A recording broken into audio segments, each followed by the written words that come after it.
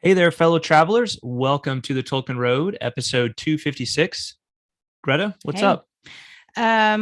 What's up is this beautiful weather we've been having. We are having It beautiful is weather, that's just for sure. rocking my world. After several months of hot and humid weather here in Middle Tennessee, it's nice. It's really nice today. Perfect. Lovely. Like absolutely lovely. perfect weather. Perfect. Yeah. Yeah. Well, it's perfect weather for a discussion about Tolkienian things, right? Absolutely. Would you agree with that? I would totally agree. Yeah, I'm the master of smooth siegs. On this episode, we're going to be taking a look at the failures of Peter Jackson's films, further theories about the Lord of the Rings on Prime Image, Amazon's other big fantasy production, some responses to Lord of the Rings and Christianity, our episodes on those, and a whole lot more. Because y'all, this is a mailbag episode, and y'all have been killing it with the correspondence lately. Awesome. So we've just got a lot to catch up on, and thought today this episode would be a good one to do it in. That sounds amazing. Yeah. Let's do it. Let's do it. Yeah. Well, before we do it, we got to give a double up air five to our patrons. That's absolutely right. Right? Mm-hmm. 3, 2, 1. Whoopsh. All right. Nice. Special thanks to this episode's executive producers, Andrew T, John R, and Ms. Anonymous. Thanks, guys. And a shout out to our newest patron, Bree D. Bree, welcome. Thank you. Bree, thank you so much for becoming a patron. We really appreciate it. And thank you for the annual pledge as well. Oh, yes. Please support the Tolkien Road by visiting patreon.com/Tolkien Road. Becoming a patron lets you support the show in a tangible way and land you some awesome perks. And don't forget, you can now make an annual pledge and get 1 month free. Good deal. Subscribe, rate, and review us on iTunes and other podcasting platforms. If you are a 5-star fan of the Tolkien Road, you can really help us out by heading over to iTunes or your preferred source for the show and dropping us a rating and review. When you do that, it helps get the word out about the Tolkien Road, which helps us to keep on evering on.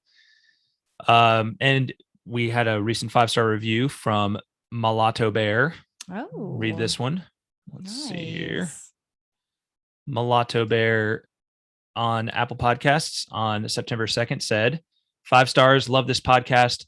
New to reading Tolkien, just started reading The Hobbit, and following along with your podcast has been great. Nice. Thank you. Awesome. Well, thank you so much, Mulatto Bear. Thank you so much for listening along to us as you begin your journey through the world of Tolkien, and hope it leads you deeper and deeper in and ever on. Agreed. So, yes. What he said. Right on. Mm-hmm. Okay. And it's time for our weekly Tolkien Road Air 5 for all of those watching us on YouTube. All right. All right. Let's do it. 3, 2, 1. Whoosh. Boom. Nice. You too can be part of the weekly Tolkien Road Air 5. Just head on over to YouTube where this episode is posted. And while you're at it, subscribe and click the notify bell to be a part of what we're doing over there.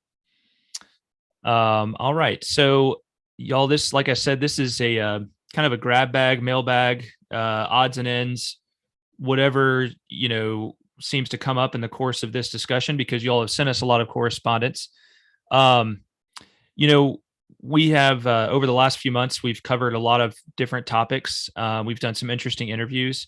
The last few episodes have obviously been about some different issues with Middle-earth and religion.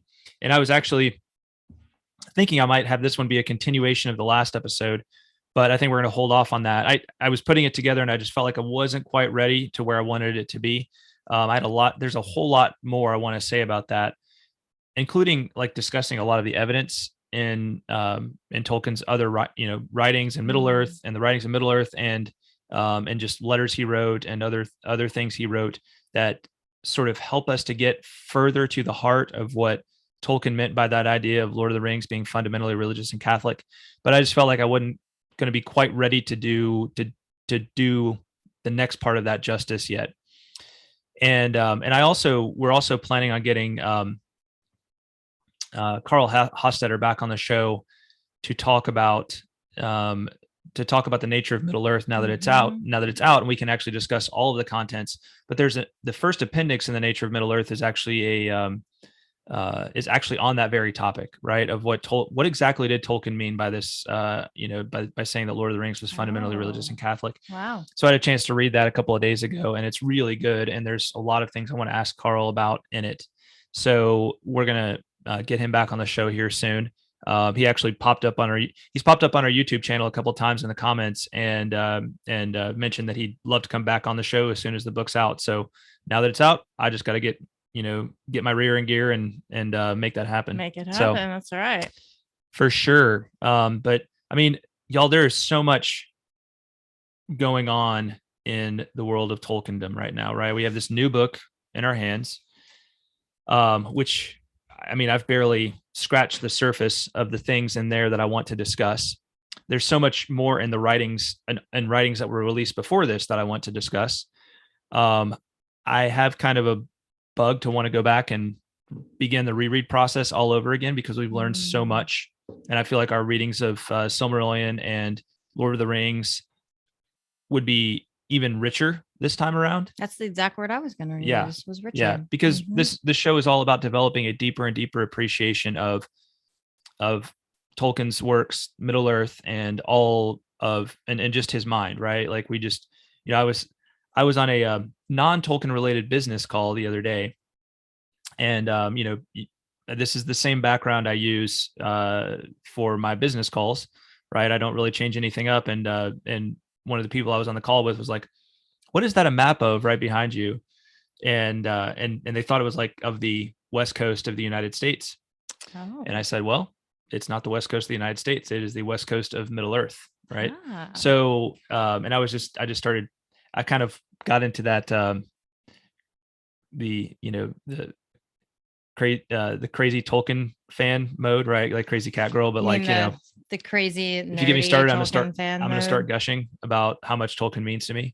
And that's, that's just where I'm always at whenever it comes to Tolkien. I just want, I wish I had all the time in the world. Right. I honestly wish that was my full-time job, is just to make Tolkien podcasts and make Tolkien videos and write things about Tolkien and all those kinds of things. So it's almost like I can't keep up with myself and my own desires to do these things.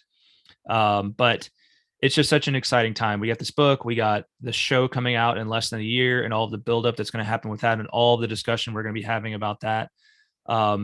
So, and I've got this third book, which is really the book that I've been wanting to write for a long time, about all of the things with Tolkien. And I'm just starting to kind of all of the things we've been talking about for the last several episodes are really starting to help me put it all together in my mind, but it's still kind of a jumbled mess up there too. So yeah. So y'all are all a part of that, and your amazing correspondence, helps me to, further that cause. So let's just clarify that y'all are part of the creative process, not the jumbledness in your brain. No, you're part of both. Jumbled chaos. You're part of both, but okay.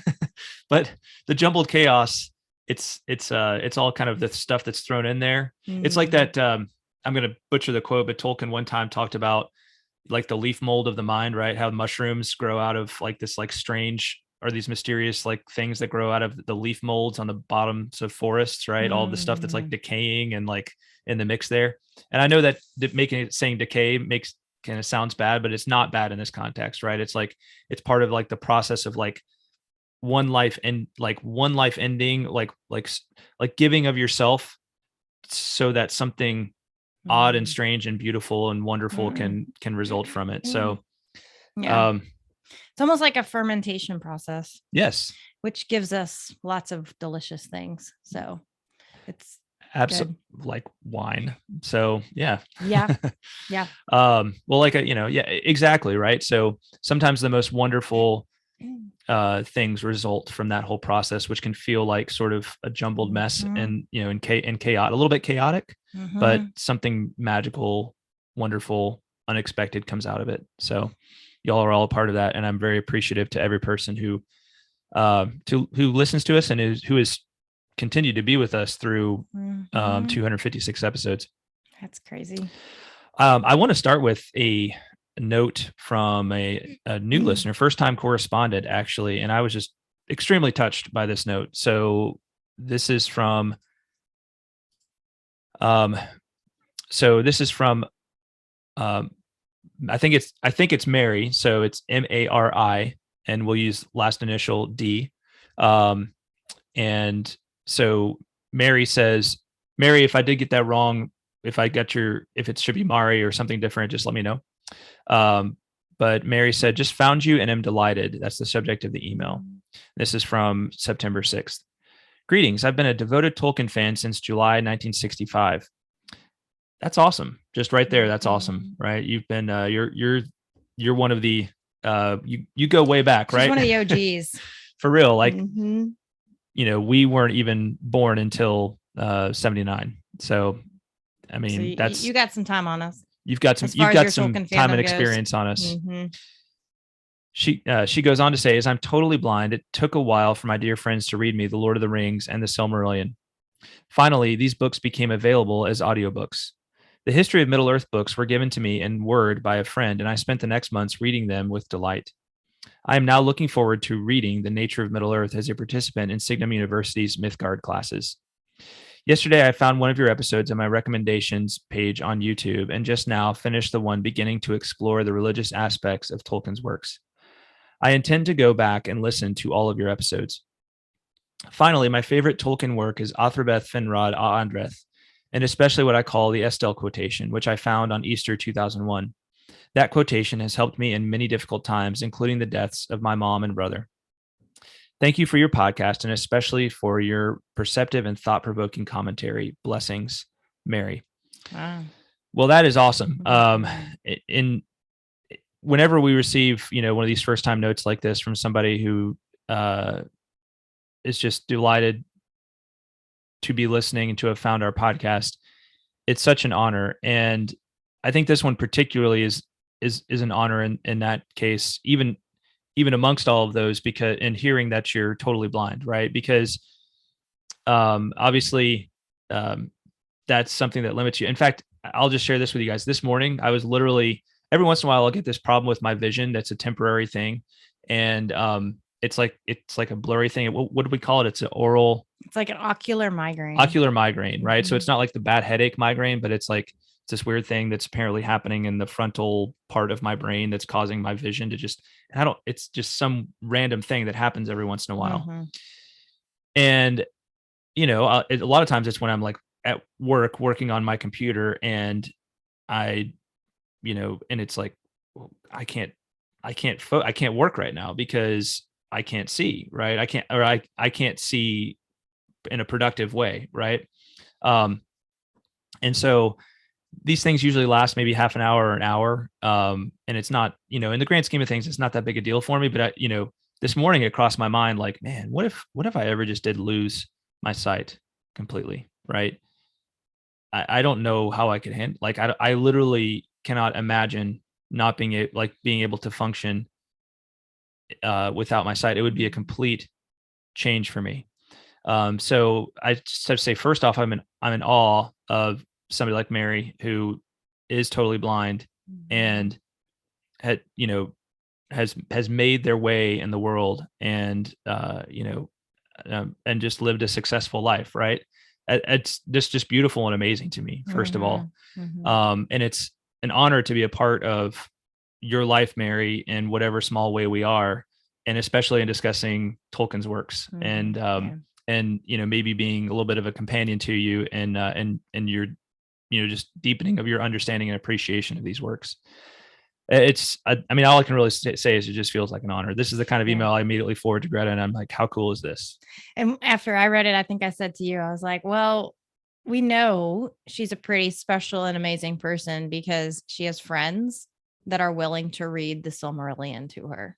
I mean, I don't think I would do that for many people. Like, it would have to be a pretty spectacular person that I would be willing to spend the time and energy it takes to read the Silmarillion out loud. So absolutely. Yeah. And that thought crossed my mind as well. Right. These, you must be a pretty awesome person because for folks to be willing to do that with you. So that's really cool. Yes. Very cool. I'm, the Estelle quotation, I think I know which one you're talking about because I've been spending a little time with Finrod, with the Athrobeth recently. Right. And so what that is, just a reminder for everybody, it's the dialogue between Finrod and Andreth, which is found in the History of Middle-earth. I believe it's volume 10, which is this one right here. I didn't bookmarked that quotation, but I think I know which one you're talking about because I have been reading it lately, and there's so many beautiful passages in that work, and like the way it ends is really awesome. But that's one that we're going to spend some time on here in the not too distant future. It's definitely like risen up in priority, especially because of covering the topics of like religion and Lord of the Rings and Christianity and these sorts of things. It's really relevant to that whole discussion. So I'm going to save that, but I can see just from having read it recently how a lot of that work could be very consoling, right? And of course that was one of the key things that Tolkien called out in On Fairy Stories is the consolation, the quality of consolation that a good fairy story brings to us, right? And of course the whole of Middle Earth is one gigantic fairy story. So, Mary, thank you so much. It's wonderful to hear from you. Please keep in touch as you continue on your journey, and thanks again for writing. Thanks again for taking the time to write. Yes, thank you. All right. I also want to mention that a few weeks ago I recorded an episode with David Bates of the Pints with Jack podcast on Middle Earth and religion, and it was kind of a summary of a lot of the things that we've talked about, like we talked about in the episodes from late last year on this topic. So I'm going to link to that in the show notes, and please do make sure to check that out because it was a great discussion. I always love going on Pints with Jack. Always love having David on here. So do check that episode out. You guys are going to enjoy it. Our next piece of correspondence comes from Monique S on September 3rd. Let's see here. All right. Monique says, I'd missed this, but it was the right timing, brought tears to my eyes. And I think Monique is maybe referring to a patron video that we had sent to her, if I'm not mistaken. It's been a rough week. Thank you for taking the time to reach out. It may or may not seem strange to you, but I often turn to you or Pints with Jack as a warm blanket when I'm having a hard time. It stimulates my mind, but provides comfort as well. I thought I was crazy for turning to Lord of the Rings when we were going through a horrible time. I must have watched Two Towers, no audiobook at the time, 2 nights a week for months. I wonder if it was fighting the long defeat that heartened me. Having listened to Michael Drought on fantasy literature, I found out that finding comfort there as a gift from the Father was not unusual. Yeah, beautiful. Again, and again on this idea of consolation that we find in Tolkien's works. It's really cool to hear whenever we hear something like this too from a listener and correspondent, that we maybe help to accentuate that sense of consolation that comes from Tolkien's works. That's such a beautiful thing, right? And once again, it helps us. It's a wonderful reminder to us of just why we do this podcast, why we started in the first place, and why we do it. I think being able to appreciate these works together with all of you all who are listening, to hear back from you, it does us a lot of good in the same way, right? And it's great that it's us, the Tolkien Road, and then Pints with Jack. So you've got Tolkien and you've got Lewis right there, and of course they were such great friends. They did so much to build each other up in these things that we're talking about, right? We would not have Lord of the Rings, I think, in the same way if we didn't have C.S. Lewis, and I don't know that we'd have a lot of C.S. Lewis's works if we didn't have Tolkien, right? So it's it's kind of a beautiful friendship that overlaps there. As for fighting the long defeat, I mean, the long defeat is such an interesting concept, and I'd encourage everybody to go back and I just posted the discussion on the long defeat that I had with Connor Sweeney about a year ago, and I'd encourage you to go back and listen to that, because the long defeat is part of this whole Lord of the Rings and Christianity idea, and it's not really in the end about defeat, but it's about a hope that goes beyond the walls of this world, right? And I think that's what Tolkien was getting at within all of this. So in a sense, we sense defeat, we sense we maybe sense the dooms of this life, but there's a hope within us as well, right? There's a hope that seems implanted in us as human beings and as Christians. And I know not all of you are Christians, but I'm saying for us who are Christians, that hope is accentuated and made real in the resurrection of Christ. Right. So the ultimate eucatastrophe. The ultimate eucatastrophe. That's right. Yep. So thank you so much, Monique. It's wonderful to hear from you as usual. All right. Next up is James L. James L. And this is a little note on Mount Doom, which we were talking about a couple of weeks ago as well. So continuing discussion on Mount Doom. Hi, Greta and John. Just had a quick thought about the Mount Doom talk. Ross H. rightly referred to the mountain by its formal name, Orodruin, and also Mount Doom. Orodruin translates to Mountain of Fire, which is still pretty on the nose for a volcano.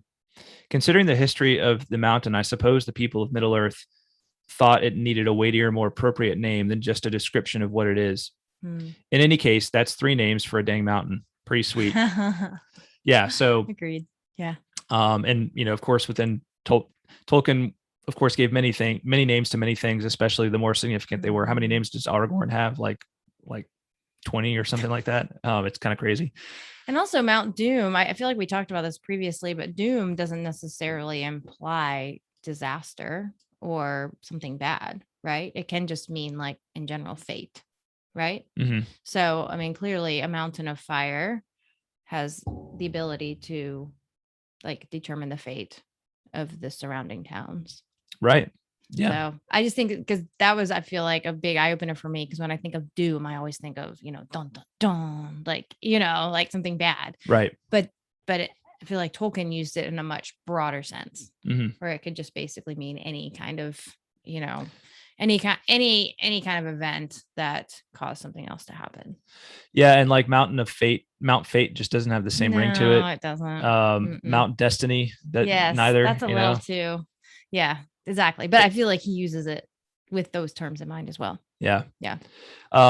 It is what it is. And, we also read it through the lens of much later time. And, we always have to remember with all these things that we read them through this lens of a popular culture, which has taken over in a really, there's a lot of good things about it, but in the grand scheme of things, it's taken over in a very obnoxious way. In a lot of ways, just various ideas and, things that came before it.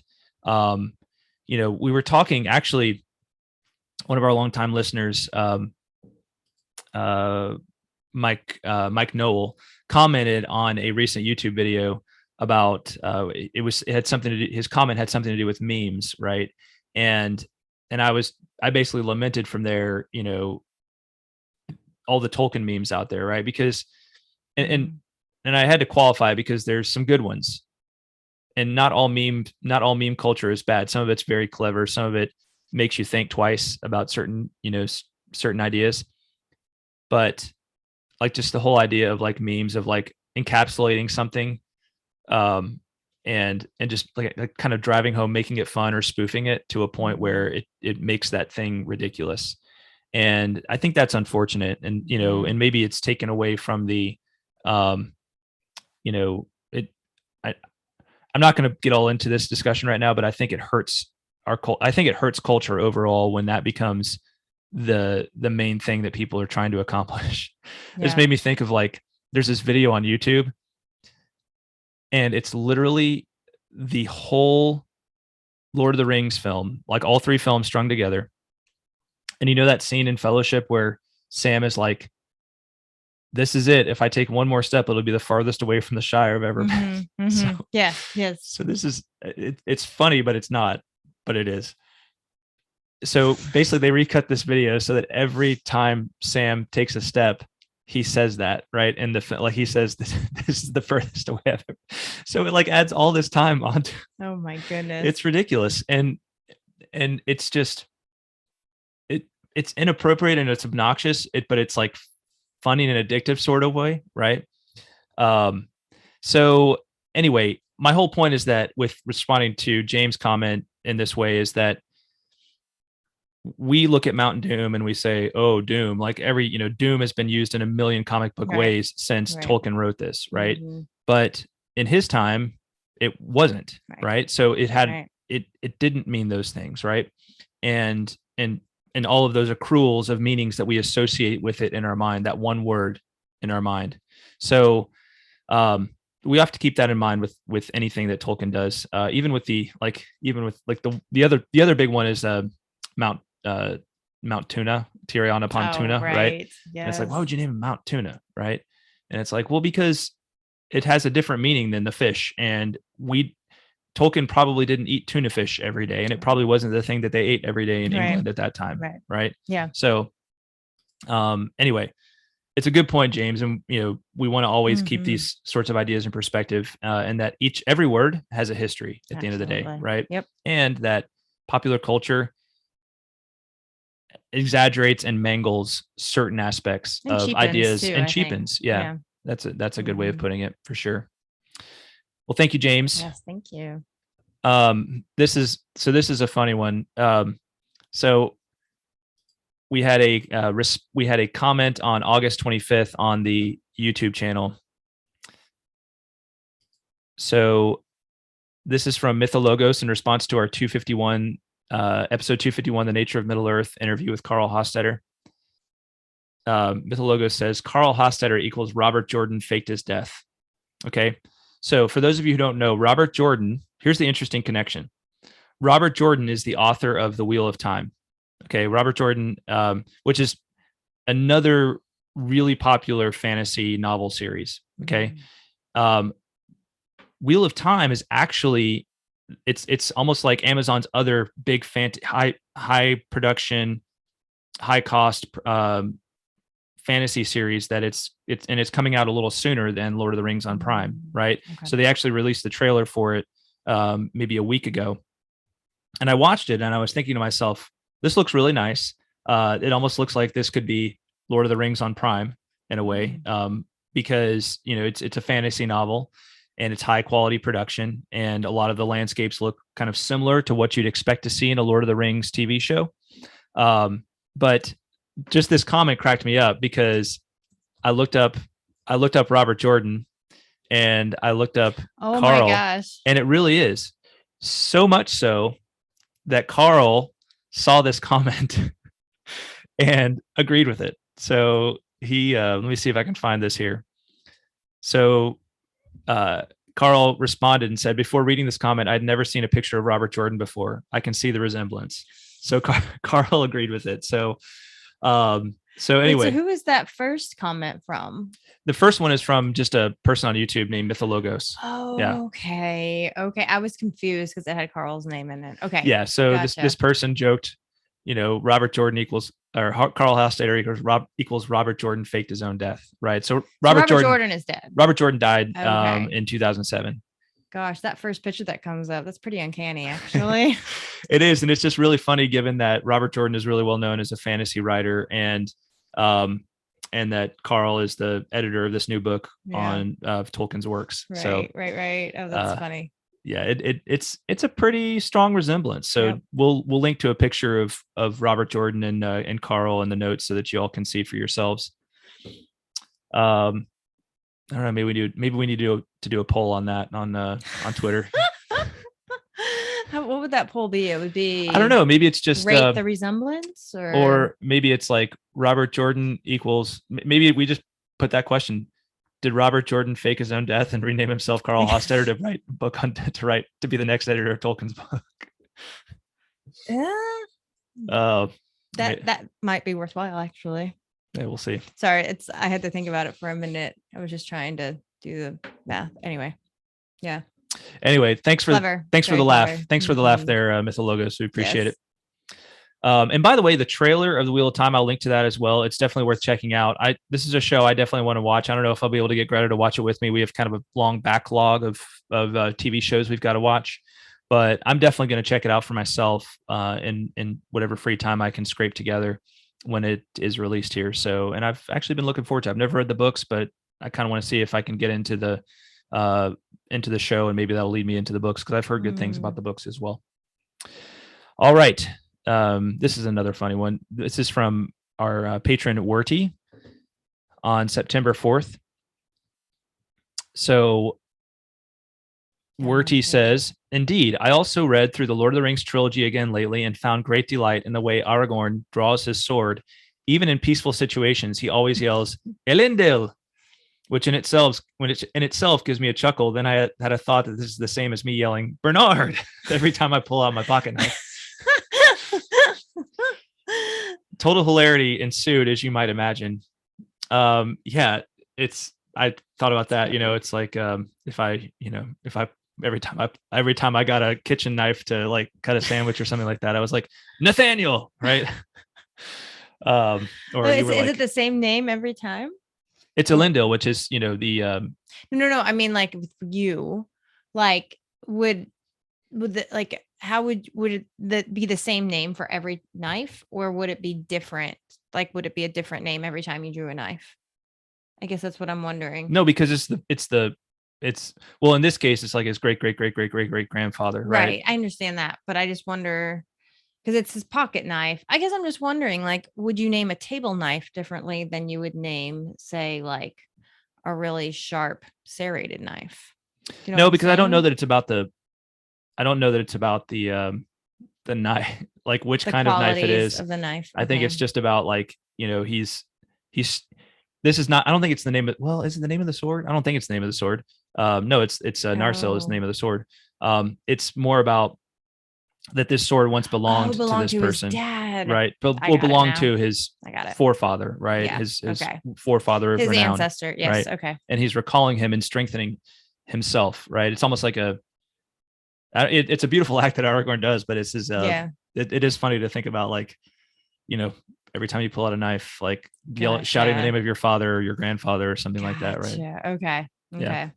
That is funny, actually, now that I understand it. I mean, it's funny before, but it's still funny. Werty says, keep up the good work. When are we going to hear about Tales from the Perilous Realm? Well, we've covered some of the things in Tales from the Perilous Realm for sure. I believe it contains On Fairy Stories and Leaf by Niggle. But there are some other works in there for sure that have been on the backlog, and we do need to get those. Some of the short stories, Roverandom, I believe, is in there. Farmer Giles of Ham is in there.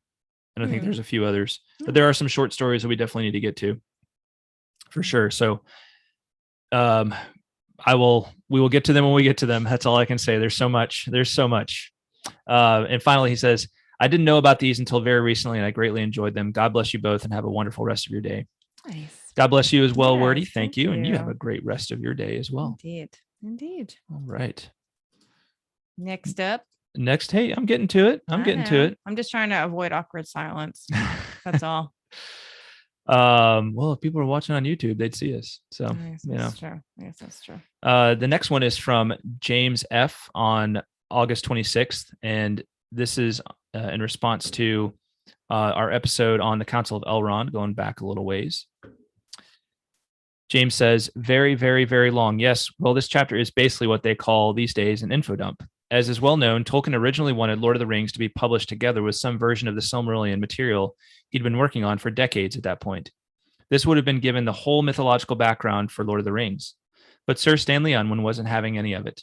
Tolkien tried to get a different publisher, Collins, interested, but that deal fell through and old man Collins fell ill. Just can't count on those Collinses. Can't count on those Collinses. Yeah. Sorry, guys. It's Greta's maiden name. My maiden name. So J.R.R. Tolkien had to go crawling back to Allen and Unwin and settle for just Lord of the Rings being published. So a lot of what would have been in a companion book had to be crammed into the Council of Elrond, which I believe was even longer in early drafts of Fellowship and actually had to be edited down to what finally appeared in print. Wow. And I think that's right from our journey through the history of Middle-earth and the history of Lord of the Rings. But in fact, despite it not being the original intention of the author, the atmosphere of a vast and complete and only hinted at background in Lord of the Rings, before the Silmarillion was posthumously published in 1977, enormously added to the appeal of Lord of the Rings during its first couple of decades of existence. That's an element that is, unfortunately, missing for modern readers in this age where there's such a glut of information on Tolkienian lore. Yeah, so, I'm glad that all that lore exists out there right now. I'm glad we have the Silmarillion. I'm glad we have all these stories. But it is an amazing quality. And honestly, I think it still is something that draws people to that other lore, right? Is to find out once they read a chapter like the Council of Elrond, like find out more about that, right? Yeah. But it is one of the most wonderful instances of the like that quality of verisimilitude of the past, of the deep past, and that it's a real thing. it's one of the best instances in the book. So I'll have to go and look up the Council of Elrond and the history of Lord of the Rings and see just how much was cut. That's an interesting question because it is, for me, one of my favorite chapters, even though some people find it a little bit long-winded. So I agree, though. I feel it does add depth and shape to the universe as a whole. To absolutely. Middle Earth, yeah. Absolutely. Well, thank you, James. And I think we'll have another comment from James here in just a moment. All right. Mark S. So Mark commented on one of our episodes on the Peter Jackson films on YouTube. And he pointed out, he was pretty critical. And I wanted to share these because I think his criticism is strong. But I think there's a lot of valid points in here that I agree with. And I'm going to read his criticisms, and then I'm going to, if I can find his criticisms here. I thought I'd bookmarked them. Maybe it's the 25th. Well, here, let me just go to the episode. So this is in the comments on episode 74. Mark says, Peter Jackson's adaptation of The Lord of the Rings is a profusion of blunders and bad choices.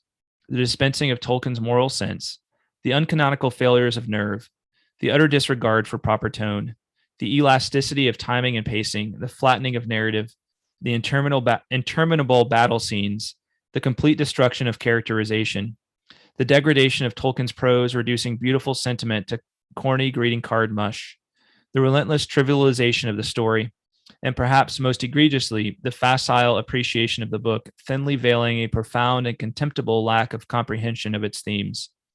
And this is in addition to the enthusiastic pilfering of an alarming amount of shots, scenes, and entire sequences from Ralph Bakshi's animated adaptation from 1978. While it may be true that Jackson's interpretation of The Lord of the Rings is far greater qualitatively than his interpretation of The Hobbit, well, that isn't really saying much. So, I actually think he's got a lot of really good criticisms in that. It's pretty pointed. And I guess overall, my take on it is much more balanced. Maybe it's interesting to me whether when somebody has this strong an opinion on something on this, my guess is that they probably had read The Lord of the Rings, if not once, many times before the movies came out. Because I can totally see someone who loved the books before the movies being like, "What is this?" Right? For those of us who came to Lord of the Rings because of the films, it's often the reverse effect, right? It's often the reverse effect where we look at it and we say, Jackson's films were my doorway. They're the doorway for so many other people who love these things. And I'm very grateful for them. And I still enjoy them, right? For what they are, right? I know of a lot of the flaws. The one on the uncanonical failures of nerve that really resonates with me, right? Like that there's all these, Aragorn seems, he's just not as confident as he is in the books, right? And so he's a different character in that sense, right? And he's such an important character, like that's a problem, right? That really is a problem. I have never seen Bakshi's version of Lord of the Rings, so it's something I have to get around to, and I do look forward to kind of seeing that for myself so that I can understand better, like what shots Jackson lifted from it. I do think the battle scenes tend to run on a little long in a lot of cases. Not all cases, but I think sometimes they do. And maybe there's overemphasis on the battle scenes. I know that's a criticism I think that Carl Hostetter made when we interviewed him about his own feelings on the films, which is a Patreon bonus episode. But I do want to say that I responded to Mark, and then he responded back to me and said, for what it's worth, my comments are framing the films as an adaptation only. I still enjoy the films to various extents, Fellowship far more than the others, as entertainments that give us a cinematic experience of the book. In case you weren't aware, my apologies if you are, the new 4K Blu-ray release of the film trilogy is demo-worthy eye candy. So I have heard good things about the 4K Blu-ray. I don't know. We have the type of TV that would allow us, but once we get one, we'll probably invest in those if they're still around, still available. But I think overall, I think thanks for providing that balance. I guess it does trouble me sometimes when people are so negative about them that it's like there's no possibility of even enjoying them. Right. And it is nice to have you kind of respond with that balance that out a little bit, Mark, and say like for what they are, like, they're still enjoyable. I know it was a delight to watch the films with my kids this past Christmas, and we'll probably do it again this coming Christmas break. And it was like the first time that my daughter had really been open to the Lord of the Rings in the first place. And that was a huge big deal for me. And really, I mean, she just loved certain things about those movies. So anyway, I appreciate your comments, Mark. And I think though pointed, there's some really good criticisms in there. Yeah, I would agree. Yeah. All right. Thank you, Mark. All right. Next up is on speaking of the movies, Dan I, Lord of the Rings book and movie difference. This is from September 8th. That's real recent. Very recent. I'm telling you, we've been getting a lot. It's been coming swift lately. Dan says, "Hello, guys. I am about halfway through book 5 of The Lord of the Rings. I would like to hear your thoughts on the layout differences between the books and the Peter Jackson movies.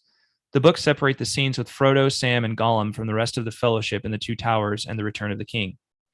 The movies flip back and forth. I don't mind it as much as I thought I would before I started rereading, but I'm glad they did not completely separate them in the movies.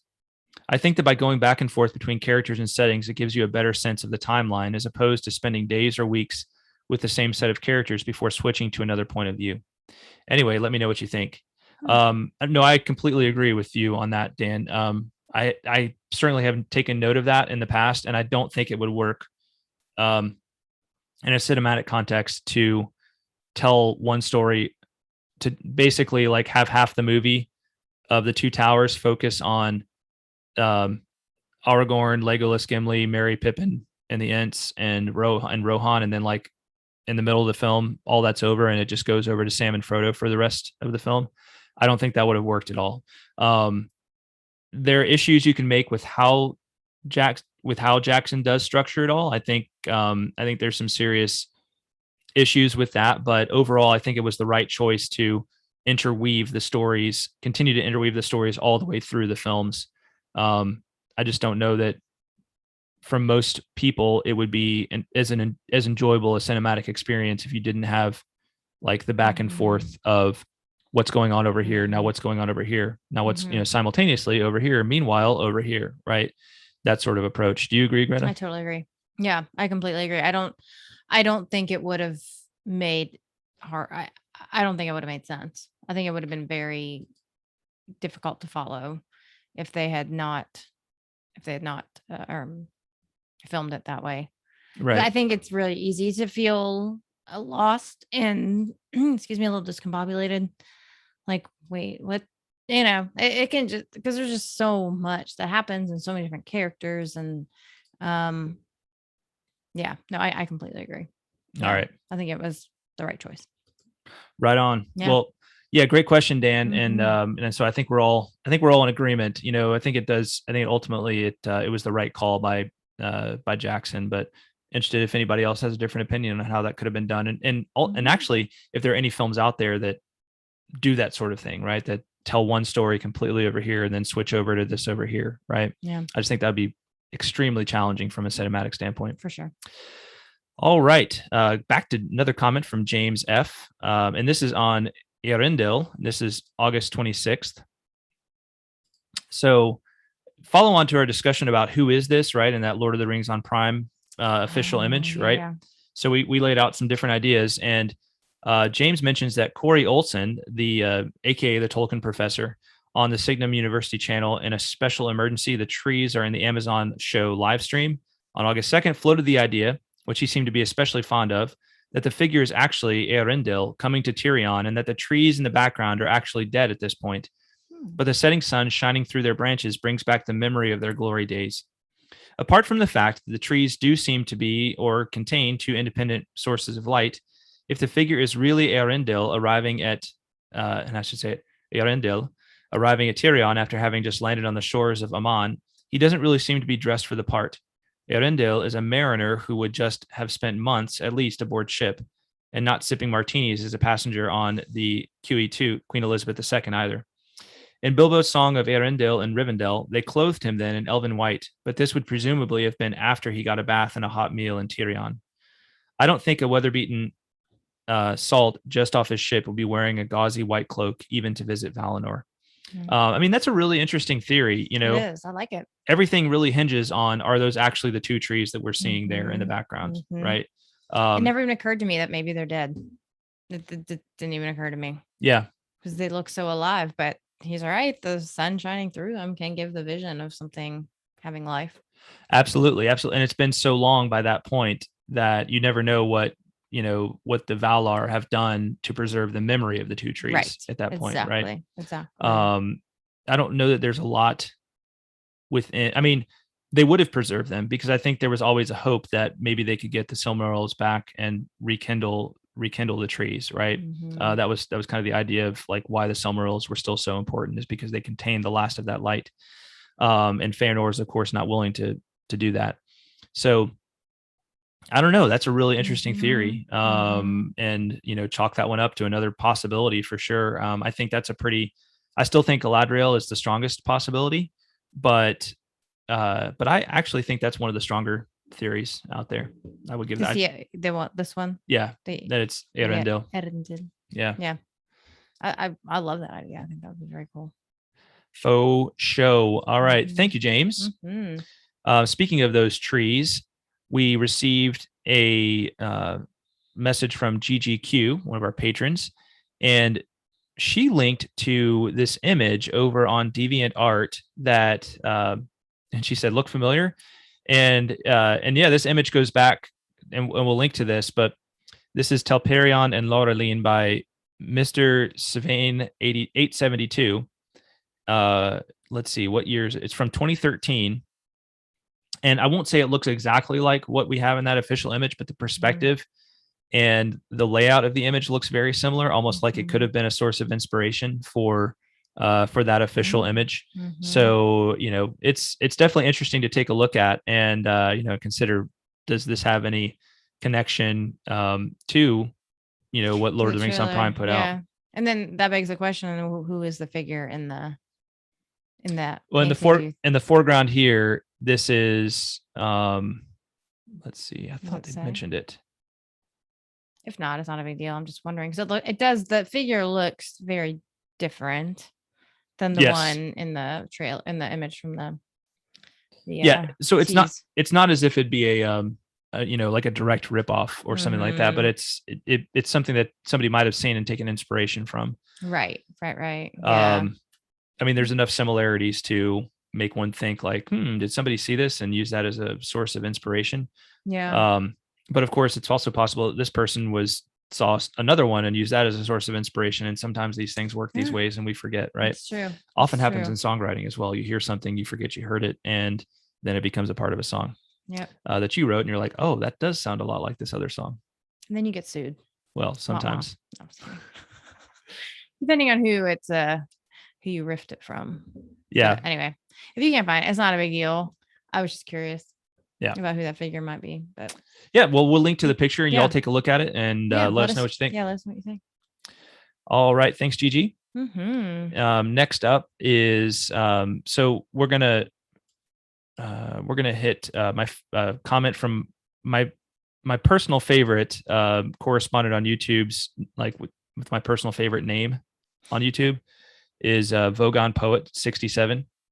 Vogon Poet 67 on September 4th commented,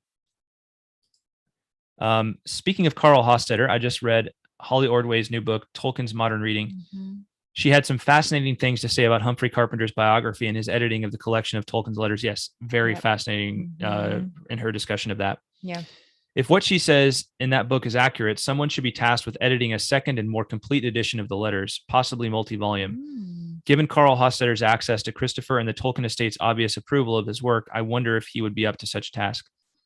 Carl, I love the idea. I do too. We need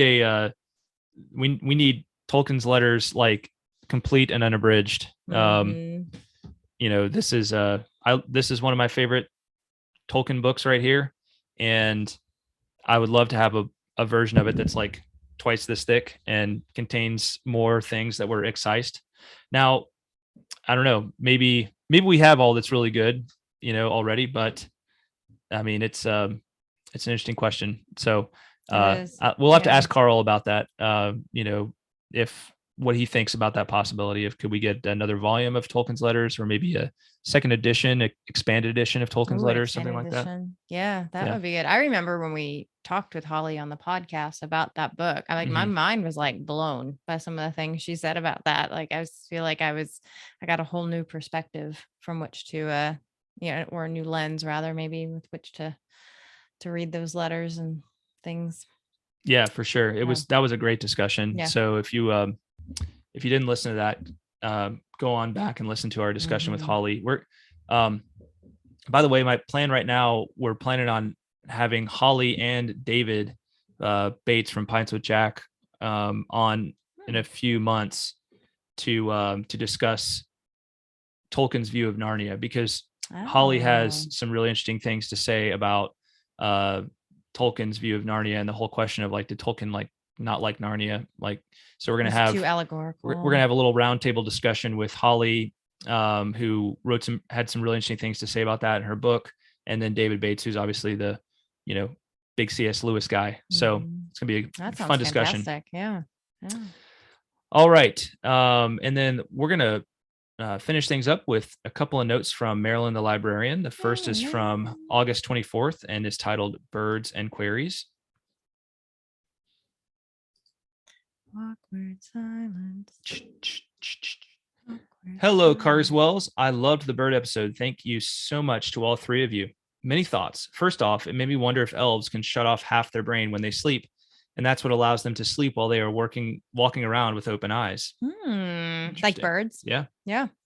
That is not outside their own. Isn't it so weird to think about like shutting off half your brain, like to sleep, like actually having productive sleep that's like, but you're still like seem awake. Still resting. Sounds amazing, actually. Yeah. With all the stuff I got on my to-do list, give me some of that, please. Right. Although I don't know, I love sleep. I really do love sleeping. Just full on sleep. Good night's sleep. Yeah, sure. It's hard to beat. Better. Hard to beat. One major folklore mythology appearance of black swans is the swan of Tuonela from the Finnish epic Kalevala, which of course I know Tolkien took a lot of inspiration from. The swan is black and swims on the river, which divides the land of the living from Tuonela, the land of the dead. It sings spell songs of death to protect the river. Since Tolkien knew the Kalevala from the age of 16 or so and did his own translation and retelling of it, I'm sure he was aware of this black swan. Sibelius wrote a beautiful symphonic piece describing it with a heart-wrenching solo for English horn. Here's one version, so we'll link to that. As for why Tolkien specified they were black swans, it could just be that he wanted to give readers a clear visual image of the journey down the Anduin. If he didn't say specifically that the swans were black, almost assuredly we'd imagine white swans flying overhead. But given the combination of swans, a river, and approaching death, I tend to think he was also being evocative of Finnish mythology. And it was a good catch to think that Gollum might have disturbed them, which led to their flight. Yeah, really good catch. Tuor saw 7 swans, which always makes me think of 7 swans a-swimming. And don't forget that the Teleri had swan ships, which Galadriel was hearkening back to with her own swan ship. Yep. Regarding the regality of swans, it's fun to note that all the swans in England belong officially to the monarch. Oh, that is really interesting. I didn't realize that. That's cool.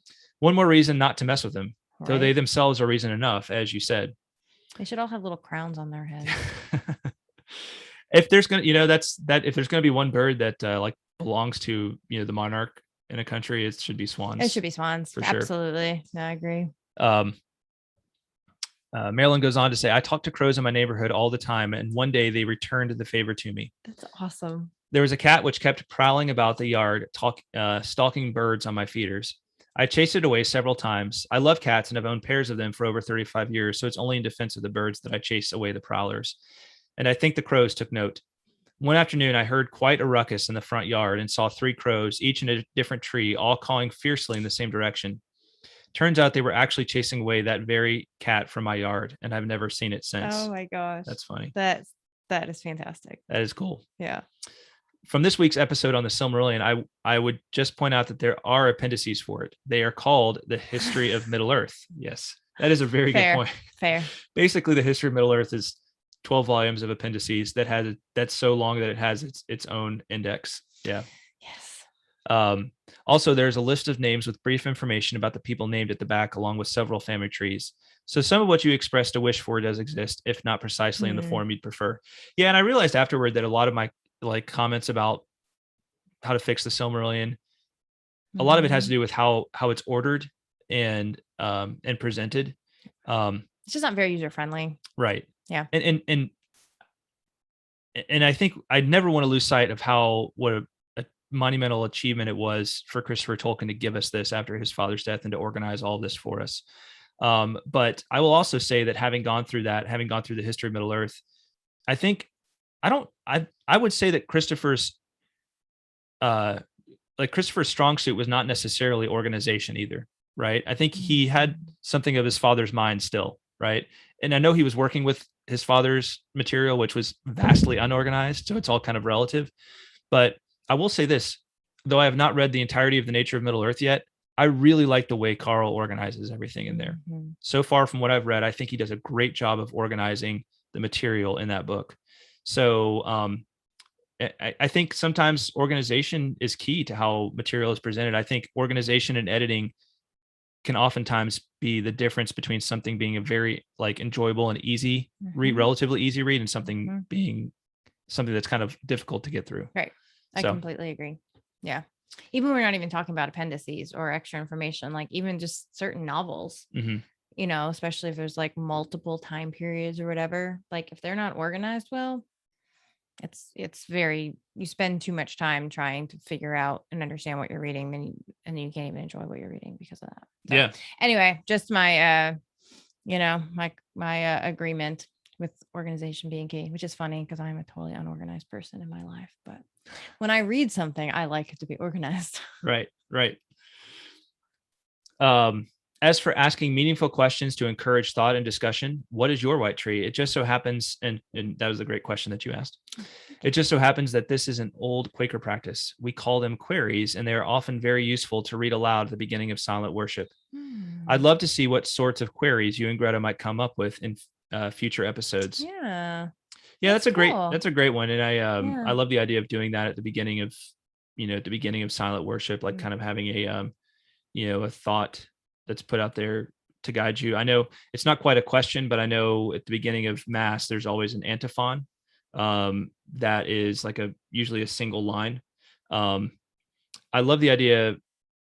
I mean, I'm all about I love in the context of teaching. Whenever I teach things, I do love asking questions to get people to think more deeply. But I like the idea of there being kind of a central question. Maybe at the start, maybe that's something I can start doing at the beginning of episodes. I do like that idea. So yeah, that's a great idea. Marilyn with the great ideas as usual. We tried doing it, didn't we? Didn't you have a key question or something? I did that I did that on the Religion of Numenor episode, I think. So it's just, there's a lot goes into planning each episode. And so it's just something I got to transform into a regular habit if I'm going to do it. Right. So Right. Yeah. We'll figure out when the right place to place it is another. Yeah. Here we go. Talking about organization again. Yep. Organizing. That's what it's about. All the best, Marilyn. P.S. Personal for Greta. Keep an eye on your mailbox. So, yes. And you know what that's about now. I do. Thank you, Marilyn. I am going to send you a more personal thank you. But Marilyn, just to clue everybody in, so you're not I'm not leaving a loose end here. Marilyn sent me a copy of her book, and she wrote a very lovely inscription. And I'm very excited to read it. So thank you. Yeah. And this is the book. It's on Harry Potter, right? Yeah. The Skill of a Seeker, Rowling Religion, and Generation 9/11. That one. So yes, exactly. Yeah. So thank you, Marilyn. It sounds really interesting. I hopefully I'll get a chance to read it here in the not too distant future as well. After you give it a read. Grasp. From my cold, dying hands. Hopefully not dying, but probably cold. Yes. All right. And then just another relatively short note from Marilyn. This is Marilyn short here. This is what I mean by that. Yeah. Marilyn short is not everybody else short. Perspective. Yeah. Yes. This one came yesterday on September 8th. And a subject, creative mysticism. Hello, Carswells. Again, I'm enjoying your special topics approach, and this week's episode was no exception. On the subject of creative mysticism and Tolkien's writing process, take a look at letter 328, written in the autumn of 1971, only 2 years before his death. Tolkien writes that a visitor said to him, "Of course you don't suppose, do you, that you wrote all that book yourself?" Pure Gandalf, I think I said, "No, I don't suppose so any longer." I have never been able to since. Man, what an awesome quote. Like he's looking back on his life. He's looking back on Middle Earth, which was his life. And he's like, no, of course I didn't. And I think any Christian who looks at their lives is going to think that same thing, right? And yeah, I even think there's a lot of non-Christians who like look back on that and recognize that there's this mysterious thing that guides them, right? And that's not doing everything, but that is like inspiring them, guiding them, taking them through different journeys. There's something, right? There seems to be something there. Absolutely. It's not pure chance. So but I love that too, because it's like, I feel like at the end of the Hobbit, that's kind of like Gandalf. What does Gandalf say to Bilbo at the end of the Hobbit? Along those lines, he basically said, I think he just says like, what does he say? He basically says something very Gandalfish at the end, and here's this person saying something very Gandalfish to Tolkien at the end of his life, right? And kind of helping to look back and say like, of course it wasn't. I know that, and I've gotten to know that better over the years. This is one of the things that I love about Tolkien, is he recognized that he was not the only one in that, in that equation. I wonder who that visitor was. Yeah, that's an interesting question. Yeah. We'll have to take a look at that letter. Yeah. In more depth. Yeah, definitely. She goes on to say, I love the idea of God winks. I've never been comfortable with the notion of God has a plan for you because it bumps against the concept of free will, something that was crucial to Tolkien and to Middle Earth. My resolution to that conundrum is that the plan is only free to work when we choose freely and are free to choose. However, I do resonate with God being able to respond with love and compassion to whatever happens, whatever we do or don't do, and to us catching glimpses of God winking at us. Yeah, that's a great way of putting it. I mean, the whole question of fate and free will is one that is humongous and will drive you crazy. And, it's especially, I think, if you try to tidy it up and understand it in a box. Right. But I think there's a lot of truth in what you say at the end, right? Free to work when we choose freely and are free to choose. Yes. Right. Yep.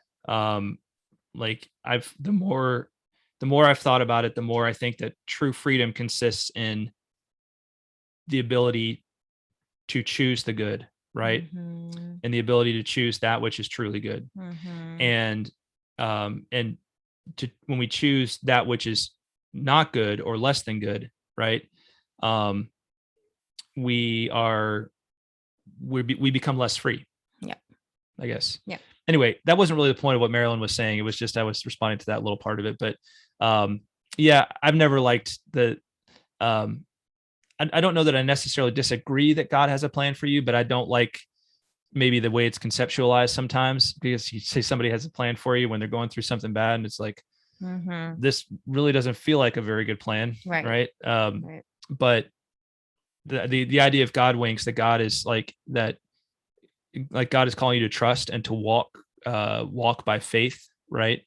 And like that idea, I think is compatible with this idea of the God wink, right? That sometimes we need to know, like sometimes we need a message to strengthen us in that journey, to strengthen our sense of trust. And, I think it's borne out in the way that Tolkien uses this idea throughout Lord of the Rings, right? All along the journey of the Lord of the Rings. I think that ties nicely back to what we talked about at the beginning about consolation, right? Absolutely. I mean, those God winks can very much be a source of consolation. 100%. All right. Well, that is all for this episode. Oh, well, how about that? Okay. Boom. Amazing correspondence, you all. We really appreciate it. Always love hearing from everybody. This was fun. Great. We need to do these sorts of episodes a little more often. Had a lot to cover. Still, there's still so much that I didn't even get to. I had to highlight a few to come back to later. So if you're like, oh man, you didn't get to my comment, we're going to do our best. Yes. We're going to do our best. So thank you to everybody. We'd love to hear from you at all times. TolkienRoadPodcast@gmail.com, TolkienRoad.com, Facebook, Twitter, YouTube, or Instagram, wherever you can find us. And Thank you to our amazing patrons, especially the following: Andrew T, John R, Ms. Anonymous, Kaitlyn of Tea with Tolkien, Shannon S, Brian O, Emilio P, Zeke F, James A, James L, Chris L, Chuck F, Asya V, Ish of the Hammer, Teresa C, David of Pints with Jack, Jonathan D, Eric S, Joey S, Eric B, Johanna T, Mike M, Robert H, Paul D, Julia, and Werty, as well as those celebrating their Patreon anniversary in September: Johanna T Dustin Q. and Robert S. Thank you guys. Thanks, everybody. Thanks for listening. We will Mhm. talk at you next time. Bye, y'all. Bye-bye.